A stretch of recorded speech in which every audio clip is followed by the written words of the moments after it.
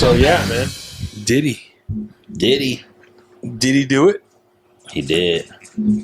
Yeah, he did. Welcome back to the podcast. Thank you, Mr. Hill, for doing a part 12. This will be your 12th, 13th time on the podcast. Yeah, so me and Brent were tied at 11. This was our 12. Technically, he got the 13 by himself, and now I get the 13 for how low, maybe 30 minutes. So we're still tied then. Yeah, that's crazy, right? So, what do you think about the Diddy thing? Mm-hmm. No, I don't know. I don't want to. I feel like it's right now. It's like it's serious, but you know how social media is. It's a joke right now. It's just funny, right? Yeah. Not his situation, but just the whole, we found 1,000 bottles of baby oil and shit. Like, that's just they're gonna run with that, Who the fuck cares about baby oil? I don't give a goddamn if another motherfucker send me a DM with a baby bottle, baby oil meme, deactivating my Instagram. Sick of this shit. Too much. But my thing is this: why is that the point of why is that the topic? Why is it the point of conversation? Like when I saw that they read it, I thought that shit was a joke. I thought this was a skit. But obviously it was real. It was real. So for them to, I feel like, I guess you gotta read what they found, but that's just gonna stick out. Nobody cared. They could have said we found weapons, guns, drugs, but the baby oil is like everybody's gonna run with that because and that's a good comparison. Yeah. Like, it was drugs, money. Yeah. And they might have found all that, but everybody honed in on 1,000 bottles of baby oil. Right. That's the problem. Like, so I'm like, baby oil like that much? They're sticking it everywhere. Ear hole, nostrils. They're getting freak off.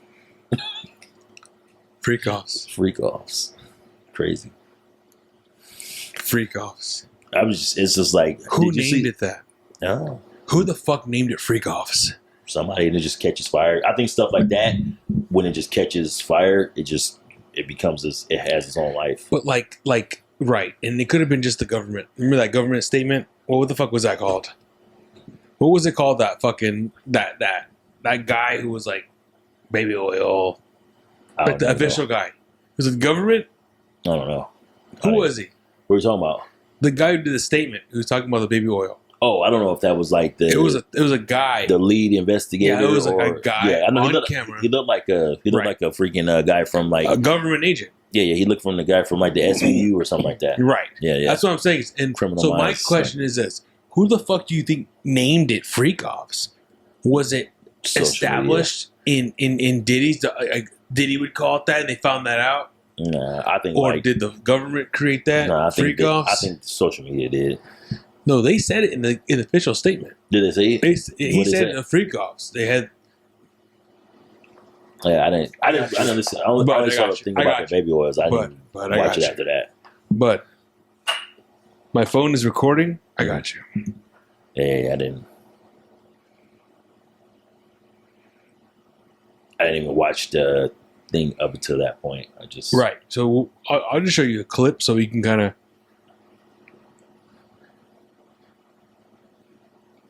Yeah, I just heard the 1,000 bottles of baby oil. And then I just kind of scrolled up.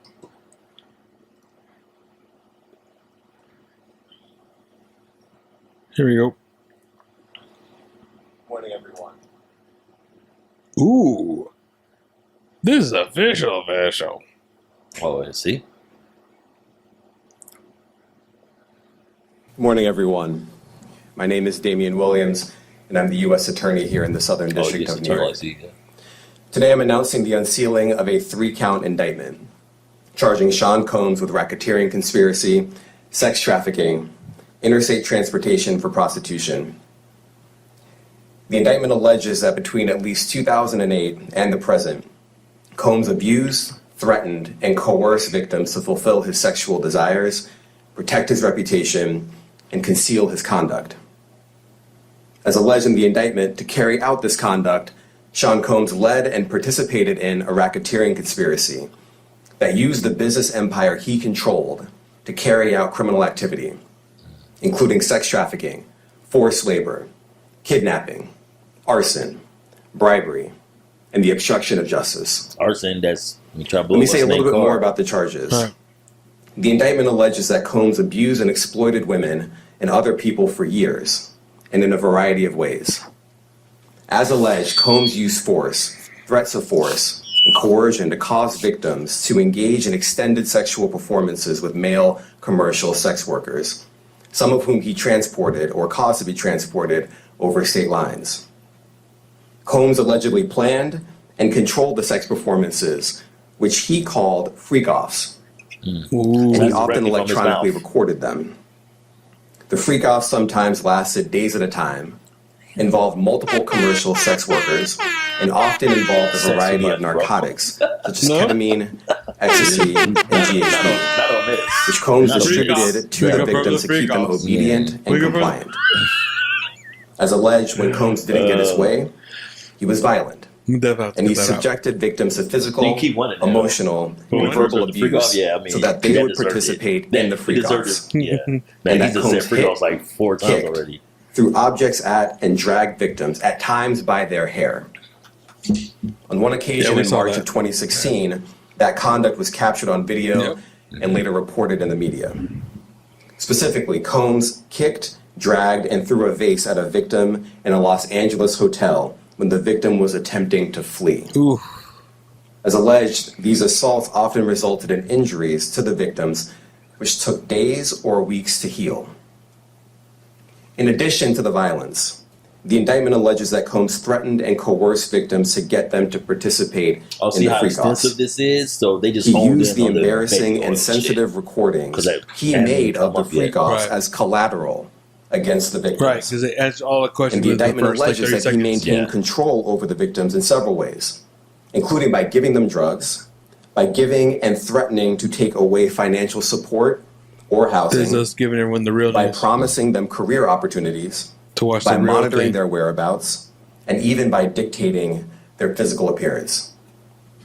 Because of all of this, the indictment alleges that the victims did not believe they could refuse Combs without risking their security or facing more abuse.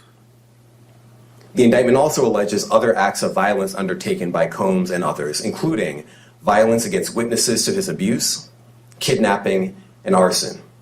The indictment alleges that on more than one occasion, Combs carried or brandished firearms to intimidate. I'm on the pursuit of happiness and nothing.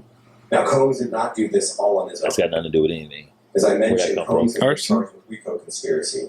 Kid Cudi? He used his business and is that something about fire? No, it's Kid Cudi. I know, but is it about fire? No, but he's on the pursuit of happiness. Who? Kid Cudi. Yeah, what's that got to do with anything? In the business, personal assistants, Did he security blow staff, up Kid Cudi's car? and household staff. I thought it was Big Sean. It's Kid Cudi. Oh, it's Kid Cudi? Those individuals facilitated the free Oh, it's Kid Cudi. They booked the I feel like hotel Big Sean would have rooms been like, and nah, stopped fool. I them feel like with Big Sean would have been like, he's from Detroit. including He didn't play that drugs, shit. baby Big oil, Sean wouldn't allow that. personal Yeah. lubricant, extra And linens, even then, lighting. Diddy When the slapped hotel rooms got damaged, J. Cole they helped and clean it Drake.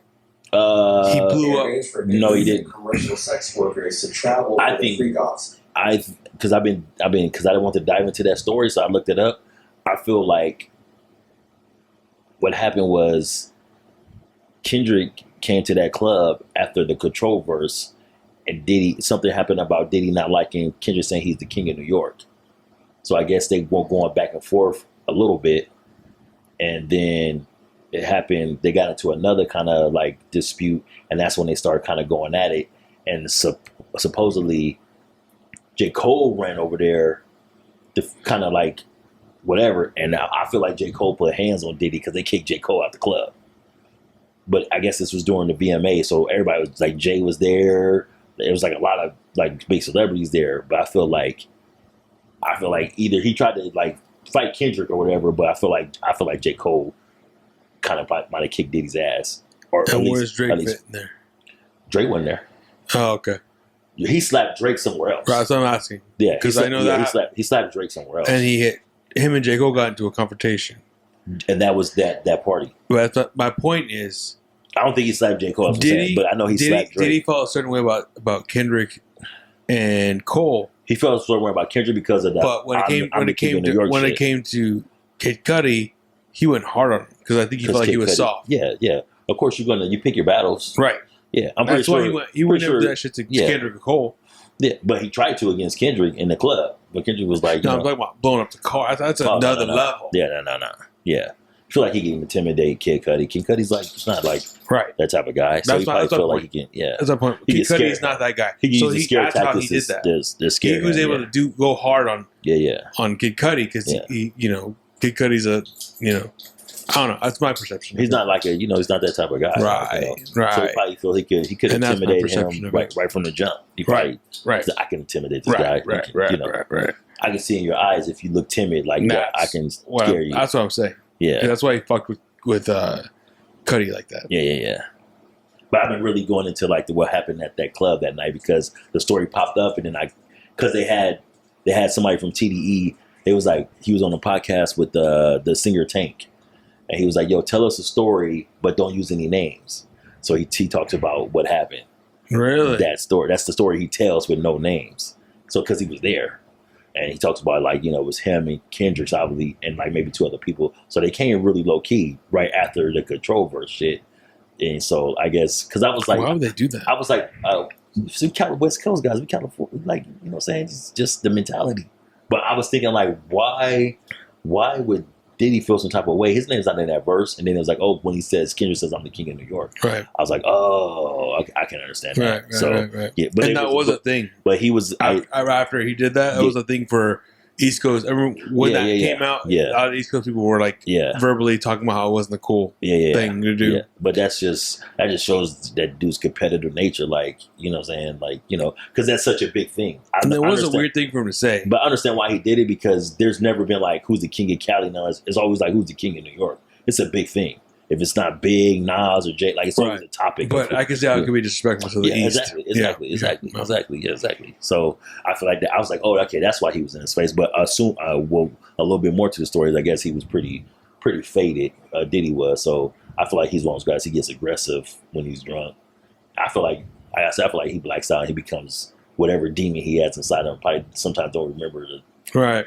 But supposedly there was a scuffle. I don't know who did or didn't get beat up or whatever, but I feel like J. Cole probably either him Diddy up or, got him off with Kendrick or whatever. So, but they don't talk about it. So it's just, we can only put pieces together because even the people that was there really don't talk about it. Right. I guess they said there was footage, but they made everybody delete it. No.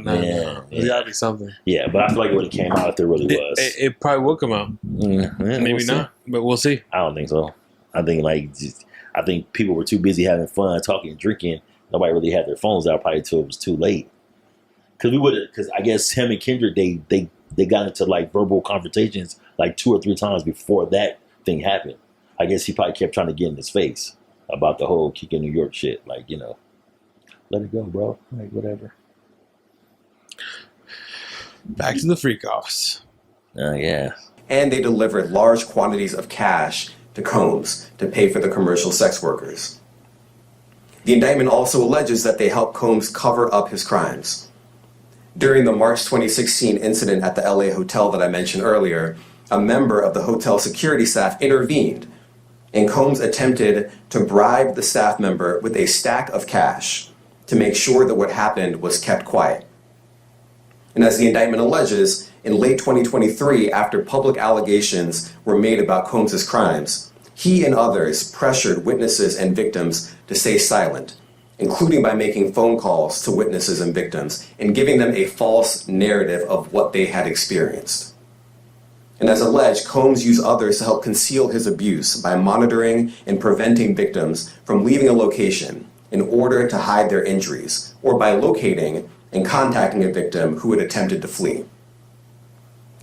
As part of this investigation, in March of this year, special agents from HSI executed search warrants at Combs' residences in Miami and Los Angeles.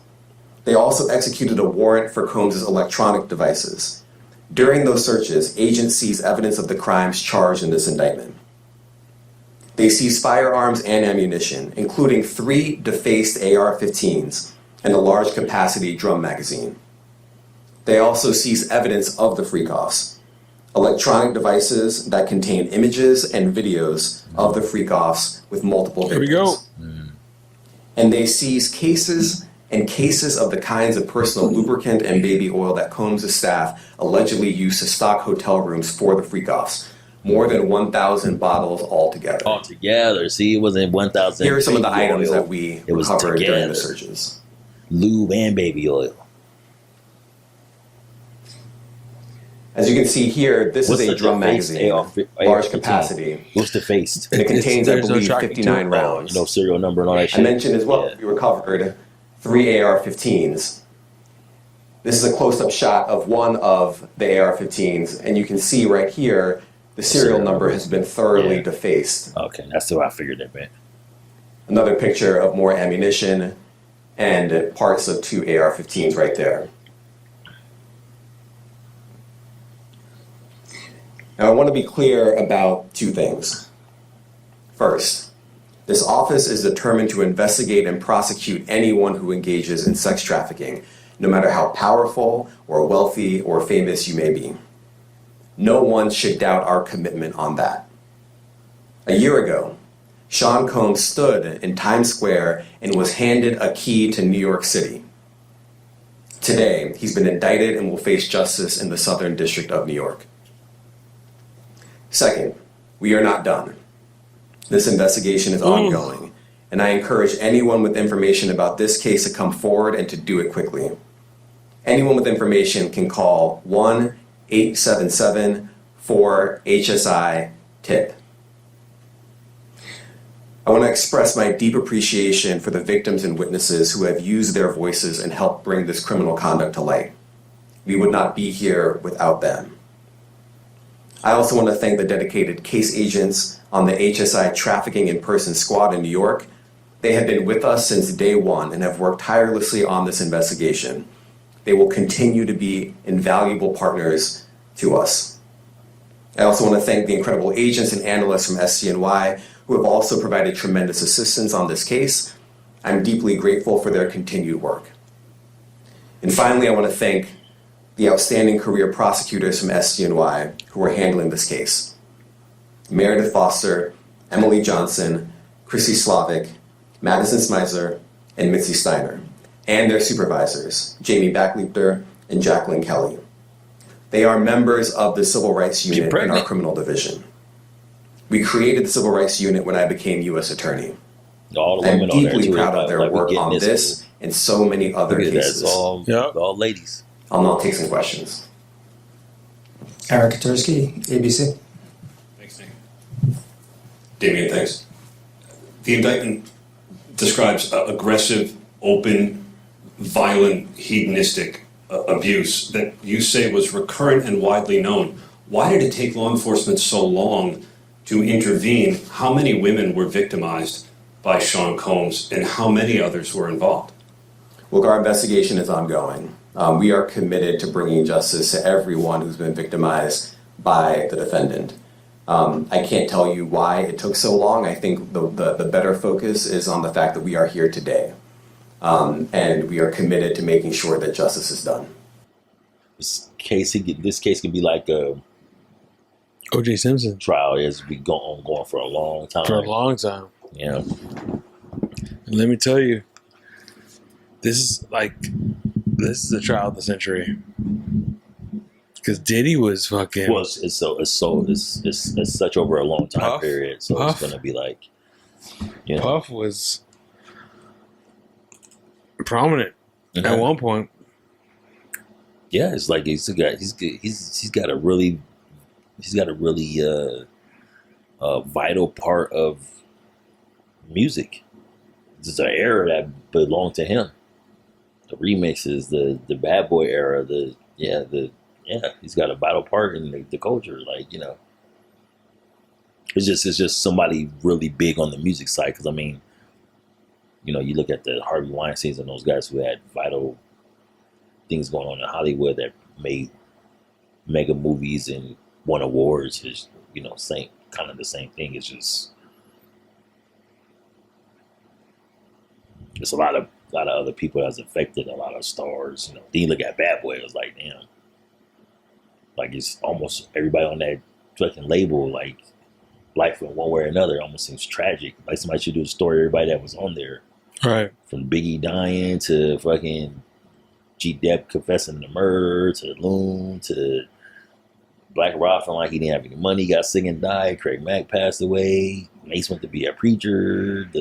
All the girls that made music, I'm like, it's like, yo, it's tragic. The artists on there are all talented, and it seems like everybody had like a bad, except for Mace. Mace might, I mean, the fact that he wanted to become a preacher, he got flack for that, but it seemed like he might have got away from all that shit by doing that.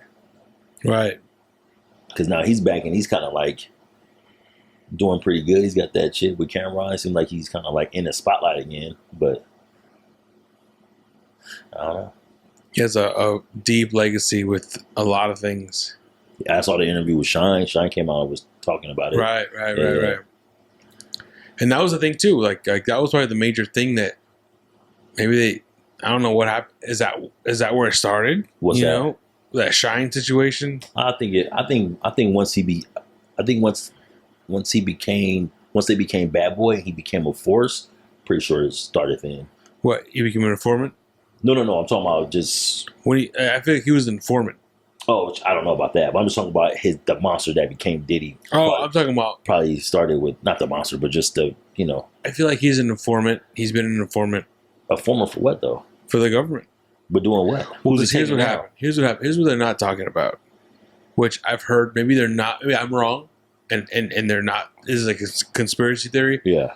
But supposedly because they got Diddy dead to rights, right? All this is coming around. A lot of CEOs of a lot of companies are stepping down. I saw what's the name step down. Was the guy from Nike? A lot of CEOs are stepping down because they are involved, but they have to because it's going to be embarrassing if they don't for the company. So they have to step down. Like Sony, I guess there's someone from Sony, and someone from Nike. A lot of these guys are stepping down because they're part of the freak-offs, and they're going to be exposed. They're in those documents. So that's my thing is this. How long, this is the talk before this has all been coming out. Back like a year ago, maybe like when I started doing the podcast with the lives, was that Diddy supposedly set these cameras up. Something happened, maybe that was the situation. The Shine situation. Hey, you're good if you let us fucking help us catch big fish. Well, yeah. And the idea was to put cameras, and you're a celebrity mogul. People are going to come to your shit, bring them over, catch them doing all the illegal shit they're going to do. Yeah. What's the best way to get them? So that's why sex trafficking, what's the lure of the guys? There's that thing I sent you where Kanye's like, and the reason why you got chalk is because you did a deal, you fucking fed. Everyone knows. Oh, the text message thread. People close to him know you're an informant. Like you're working with the FBI. You're not a fucking you pretending you're cool, but you're really working with the FBI to get out of the situation you were in earlier, right? So that's the thing is, how long has he been an informant? Was it since the Shine situation? Maybe that's why he walked free. Shine took the blame. He paid people. He paid people for the USC shit. Yeah. I'm just saying we will see. But what sucks is Diddy is one example of many that we have not caught yet. Yeah. And Diddy is probably the fucking nicest one out of all of them. Well, yes, there's a lot of people doing a lot of work that, and I feel like those people are in different positions. They got more connections. And that's fucked up. Yeah. But I feel the same way. And it still goes to show that there's still a tier Diddy's of people that's up there. Yeah, Diddy's a small fish compared to this game that we're playing that they want to play all of a sudden. Yeah. Because we all knew about who fuck Diddy was. Yeah. This whole fucking time. And now they want to play this game we got to catch him. Yeah. We got to put him away.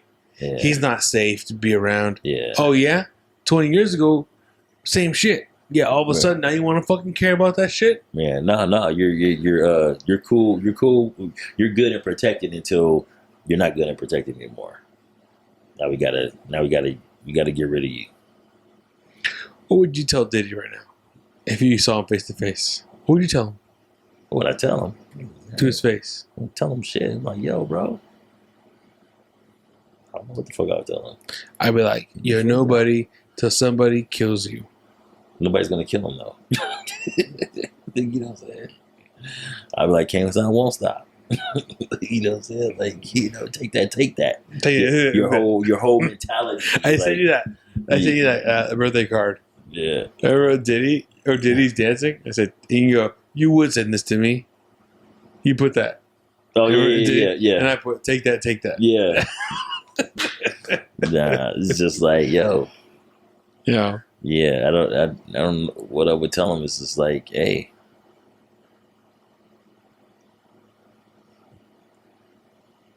I don't know. You know. Not as you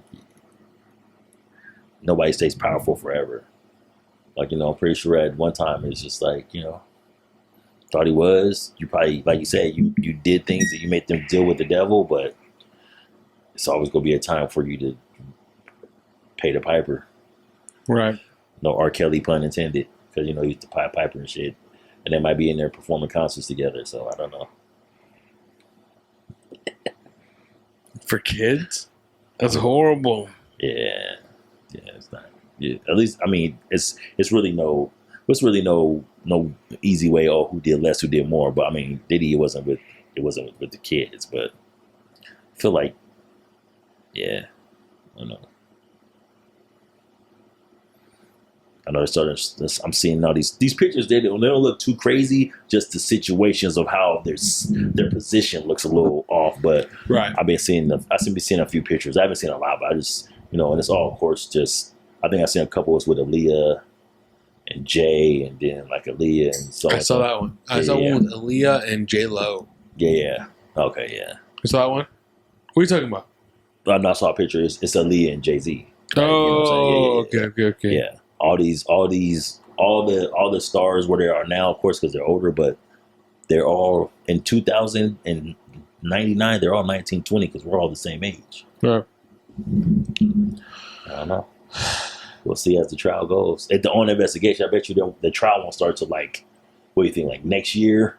I don't know. Yeah, it's gonna be going for a lot while. of things. Yeah, it's gonna go on for a while. We're gonna find out a lot of things. Yeah, there's gonna be like new developments. There's gonna be like I'm here for it. So and so. Like, let's start a podcast for it. And then when they do the trial, it's gonna be it's gonna be like you said. It's gonna be like OJ. It's gonna be big. It's probably gonna be on like the regular news, and everybody's gonna be watching to see what the verdict is, if he's gonna be guilty, all that type of shit. Yeah, it will. Yeah, hell yeah, it's gonna be a spectacle. Yep. And I got a feeling my boy's gonna be rolling up in furs and no, not really, because he's already in jail. Yeah, so he's just gonna come out in jumpsuits and shit. He's gonna look raggedy. Yeah, we're gonna see him raggedy for the first time ever. Yeah, it's gonna look big. That's how it goes. Yeah. Jesus Christ. Yeah. Never in my lifetime would I ever thought that. Yeah, all right. Well, it is what it is. You know, I feel bad for nostalgia, but at the same time, as if he actually committed these crimes, then what's coming to you. I get what's coming to you. But at the same time, is I grew up with this guy, man. Probably what dudes feel like about Bill Cosby. Yeah, that's what Chappelle's whole stick was like. Yeah. How do I turn my back and hate the man that pretty much raised me and influenced me? Right. And I know the good and I know the bad he's done, but in my eyes, he's done more good. Like, you know. Right. Same. Yeah. I remember Chappelle talk about when he talked about, like, you know, the PA system that Martin Luther King Jr. made a speech about. Right. Bill Cosby paid for that. He paid for it. That's crazy. Which is like, yeah. Like, what would happen if he wasn't around then? Yeah. Same with Diddy. Like, Diddy is a millionaire mogul for decades. Yeah. Who probably produced and done a lot of things that were for the greater good. Yeah, exactly. Like, but at the same time, for the source it doesn't look good right now. Exactly. Yeah. Yeah. But still, like, there's like I swear, like, I first got into music. Yeah. And that was my first CD. Yeah. Was Puff Daddy and the Family. Oh yeah, not mine, but yeah, that was mine. I bought my first CD, and that was like what I grew up on. I was like that was like my go-to. Yeah, you know, I always went back to that. Yeah. That's how I knew who Twista was. That's how I knew who Biggie was, Jay-Z was. That's why I first established who those people were in my head. Oh yeah. And it you know, from there it bled over to Life After Death, and then I found out who Bone Thugs was, who R. Kelly was, who you know, I knew who R. Kelly was because I Believe I Can Fly. Yeah, I know before that. And then that's when I first found out about R. Yeah. Kelly, and then I would listen to him on, I'm fucking you tonight, Yeah, Biggie and all that shit. Yeah. and so it would just bleed over, and I would hear it just turned into a thing where it just became like, and then Mace's album, and Yeah. I was in the Bad Boy shit. It was all about Bad Boy. Take that, Yeah. Now he got to a point where it was like he was big time in my world. Yeah. He was big time. Yeah. He produced that Nas album. It's just a song. You can hate me now. Yeah, just a song. Yeah. I thought he did the album. He just did that one song. No, he just did that one song. Okay. And then he beat up Steve He Stout beat for the the fuck- video. yeah. Yeah. So I'm saying. So Yeah. Diddy's known for a temper. Yeah. We all knew that. We But all this knew is that. stuff we just you throw dirt over it. Just like you Right. hear the R. Kelly shit, you hear the Diddy shit, all Right. that shit. You just throw dirt over it until they were like, enough is enough. That's Or, one thing I like, think is very interesting about the Diddy thing is that I've heard these things back then. Yeah. Like we all heard this. If you're a fan Yeah. of hip hop and you know who Diddy is, you Yeah. know about all these shit. Yeah. But all of a sudden now everyone's like, oh my gosh. Yeah. Well, we live. Oh in my We live in a gosh. time where being exposed is a big thing. Right, but it's Yeah. funny how like being exposed like as R. Kelly and has Diddy, a lot of people, Elvis, Yeah. there's a lot of people who are they do dirty shit, Yeah. but they're still accepted Yeah. Well, in the culture until there's a point where someone's like, nope, not anymore. And yeah. they decide now because now you can be canceled. Right. So Not anymore. Yeah. Now you can be Get canceled. arrested, get fucking locked up. Yeah. But then once the social media and the people like they stop fucking with you, then it's like now you're canceled, like type of thing. So it makes it because now it adds to it because now everybody can, joking or not, everybody can post memes, but you're posting memes about it just adds to, the case pretty much, and it's gonna spread like wildfire. Like I said, this guy wasn't even in jail 48 hours, and there's hundreds memes already. There's all type of shit. Everybody's making videos because now it's just, it's ramped up. Just thinking back in the day, we would just hear shit on a news break or in an article or a magazine article or something, or just, what we would see. But now it's like, it's constant. You open up your phone, you're going to see memes. You're going to see this video chopped up. You know what I'm saying? Right. It's more magnified Right. because of the time we live in. You good? Jay-Z or Kanye? Jay-Z, stop asking me dumb questions. Jay-Z or Kanye? Who's the only one better than Kanye? See. We are each other's balance. Who's the only one better than Jay-Z? To you? Big, So no one? B.I.G. Biggie. Yeah. Okay. Who's better than Biggie? Ice Cube. You think Ice Cube's better than Biggie? I'm just saying that because that was my first favorite rapper. Was Ice Cube was my first favorite rapper. Ice Cube was very much a trendsetter. Yeah, my first favorite rapper. Like when you become like that's my favorite. That's my like. He was your first favorite. He was the first person I looked at like that. Like that's my first favorite rapper. Like type of thing. How old were you? 8, 9, 10 maybe. 10, yeah. So whenever the No Vaseline shit, the Predator, like, so I probably was like 10 or 12. Yeah, Oh, yeah. I just kind of go in the order of who was. Of course, I have my top, but like if I be real and I just say who was my first favorite, it's kind of he was like my first favorite like rapper. right. Yeah. Wow. It took a while and then people were like, oh, you know what, the Snoop and the Tupac, and I would say like my second favorite rapper probably was Corrupt, and I was probably like 13 years old. Just because I started advancing I started liking East Coast music, and the fact that he was like from the East Coast, but he was a West Coast rapper, I feel like it was combined. I got the best of both worlds. I got the lyrical gangster, like that's. You couldn't ask for that, like type of thing. Right. Yeah, so, But I was, yeah, that was it. But my introduction to like music is Fresh Prince, Beastie Boys, Salt and Pepper, Biz Markie. Because I was stealing all those cassettes out the warehouse store or tower or You were Tower stealing them? Yeah, I probably was like 7. Yeah, fuck Warehouse. Yeah, it was. He sucked. It was either. I think it was Tower Records. We lived down the street from one. Mm. I used to just go in there and just a couple cassettes, and I don't even know if I was still in the right or the person who worked there just was letting me leave with them, you know. And I remember just rocking whatever cassette was hip hop. I was stealing them shits. Cassettes? Yeah, How would you do it? I don't remember. I'm maybe just putting them in my shorts and just walking out the store. I'm like a kid. I'm like 7 years old. I'm like 8 years old walking down the street to Wow. and it's just strictly like hip hop. So I remember having the Fresh Prince and DJ Jazzy Jeff. I remember having Biz Markie. I remember having Salt and Pepper. For sure, I remember those 3. Because Biz Markie had a song called Pick a Boogus. That was one of my favorite songs. And then Will Smith and Jazzy Jeff had a song called Nightmare on My Street. And I thought that was pretty cool because the whole Freddy Krueger thing. And then Salt and Pepper had Everybody Get Up and another song that I remember because I fell in love with the beat on that song. Yeah. Wow. Yeah. Oh, hold on. Let me rewind it. After Ice Cube, my favorite rapper was the DOC. My bad. Oh. Yeah. That was my. Yeah. Yeah. Talked about him last time. Yeah. That was my favorite. And then it was Corrupt. Yeah. Wow. Yeah. And then this kid that moved to our neighborhood, he introduced us all to Wu-Tang Clan. And then a lot of them then wasn't feeling it. I latched onto that shit. And then that's when I just started liking East Coast rapping. And I remember Jay-Z, I just bought the cassette because I liked the album, the cover. Which one? He had the hat down, Reasonable Doubt. Didn't know who he was. I just liked it. How old were you? It was gangster. I probably was like 15. You bought it when it first came out? Yeah. Damn. Yeah. I just like the album cover. He fucking had the hat down, the pinky ring, he had the suit on, and I was like, it wasn't too far after, but it was Hard Knock Life. That Yeah. was when I got into him. yeah, And I bought the CD. yeah.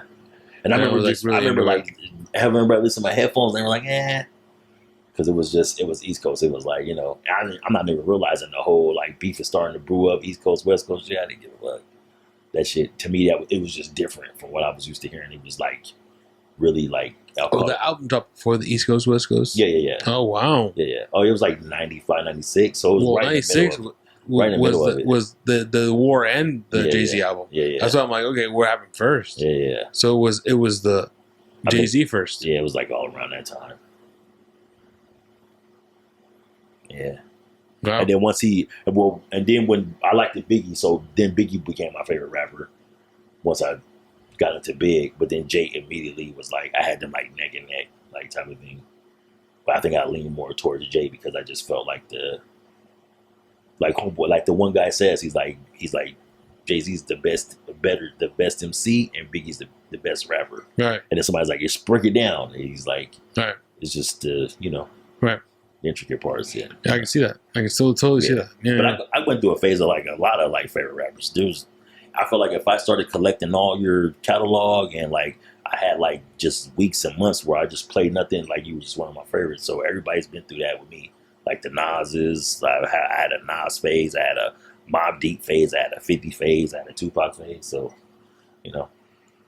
but in the end, it's Jay. Like yours is Kanye. Well, lyricist, probably M. Okay. But when it comes to music, Yes. Kanye, Yeah. like he has good music. Yeah. I wouldn't say lyricist, but when it comes to like lyricists like J or Yeah. M, Yeah.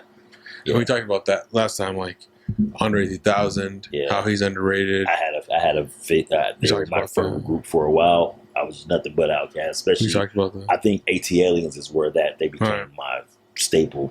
And how Big Boy's so underrated. Yeah. We talked about that. Yeah. But it's interesting to see how hip hop is going Yeah. and how it's alive and well. Because for a while there, I didn't even realize it was new, like a new thing. When I was young, Yeah. so like things were happening that were like never before been done. Yeah. Like all the Diddy stuff, Yeah. Diddy, Master P, Yeah. all those eras. Like there were things that were Yeah. never done before Yeah. that people were doing, and we're all enjoying them at the time, thinking they're whatever nuances, little Yeah. things, but they were actually cultural shifts. Yeah, it was very innovative. Right. Every section, and we didn't even know. Like Yeah. I was like a thing. Yeah, because back the culture itself is innovative. then. Right. You know, what It I'm was. saying? It was. brand new. Yeah. In the 90s, it was brand fucking new. Yeah. All that shit. Think Like if I'm listening to Ice Cube and them in like 88, 89, hip hop is only like it's less than 10 years old. And that's a good example to put like people like put hip hop in one fucking category. You know, we were talking about last podcast, maybe a couple podcasts ago, about how rock music has been so dissected into different, you know, classic and somebody put that it was like it was like different genres, rock. right? Yeah, but with hip hop, it's like in the 90s, we were comparing Will Smith to Nas, which is crazy to say because Nas wrote for him. For Will Smith, you know what I mean? Yeah. But Nas would never. He probably wrote some like light shit because he knows that's Will Smith's style. Yeah. Right. Nas wasn't writing like what he writes. Yeah. So it's interesting to see like there's the Will Smith rappers and the Wu-Tang rappers, where it's like there's two different fucking whole styles, flows. But I think that's the beauty of it. It's like it's just kind of where you come from. But we put them together when really it's like this one is soft rap, and this one's hard rap, you know. But it's like there really is no genre. There wasn't no genre back then. You can't separate. There still isn't. Because they rap. I don't care if he's rapping now about. Now there's mumble rap's a thing. Yeah. Right? Yeah. But back then there wasn't. It was all in the same category. It's all rap. It was all in the same. If you can say, oh, he's a gangster rapper, he's a gospel rapper. It's all rap. It's all rap. Yeah. So it's an outsider. Yeah. It's all the same thing to me. They're all doing the same thing. No matter what they're talking 100%. About, it's the same shit. That's what I'm talking about. Yeah. That's exactly what I'm talking about. Yeah. And back then it was like that with like the outsiders with Will Smith and Nas, who are two completely different calibers of rappers. Yeah. But you're looking at them like, you know, it's just they're the same umbrella. They're doing the same but Will Smith's doing like the party in the city with the heat is on all night on the beach till the break of dawn. Yeah, nothing wrong with that. Nothing wrong with it. I'm just saying is the switch. Yeah, between like happy, good, and like I'm a gun. You know, now it's talking about him being a gun and killing people and like, you know, compared to Will Smith talking about partying in Miami. Yeah. Like. Well, you just look at where Will Smith came from and where Nas came from. You don't got to rap about the same shit. Exactly. You know what I'm saying? Exactly. So it's just, you know, this is stressful rap, party rap. I don't know what you call it. No, that's stressful rap. Nas would do stressful. I'm stressed out. Nah, it's not stressed out. It's reality rap. But I was stressed out listening. Before they called it gangster rap, to me it was called reality rap. Because even if they're not doing that, like the shit they're talking about, we see it not as glorified as they make it. But you know, he's talking about mothers on dope and babies. We saw that shit. You know, but then you go to the other side. There's an era of like. People talk about conscious rap. It's been around. I can name you conscious rappers: Tribe Called Quest, De La Soul, the Jungle Brothers. It's always been there. Yeah. It just depends on what they want to put to the forefront. Yeah. And that's where the business side of what we're going to push to the masses comes in. And that video I sent you, that's what the guy says. This is where you allow the Drakes and all that to come in because now it's a business. We got to make money, so we got to push to get people want to hear that, but I was listening to that too. Tribe Called Quest, Jungle Brothers. That shit was informative and it was good music. But and we kind of lost that. You don't have that. But now you got like a Kendrick who's making everybody's like Kendrick's got people rapping again. That's a good thing. It's a good feeling because now you feel like there's a little bit of balance coming back. Like now we want to hear your pen. We want to know if you wrote your shit. We want to hear you say something thought provoking. And then still try to make us bounce at the same time. If you're that good, most aren't. Like you know what I'm saying? Yeah. So, and Kendrick showed you I can do that shit. Give you not like us. I got the whole world singing this shit, but I'm breaking this guy down. Right. And I give you a history lesson at the end. Yeah. So. Yeah. Yeah.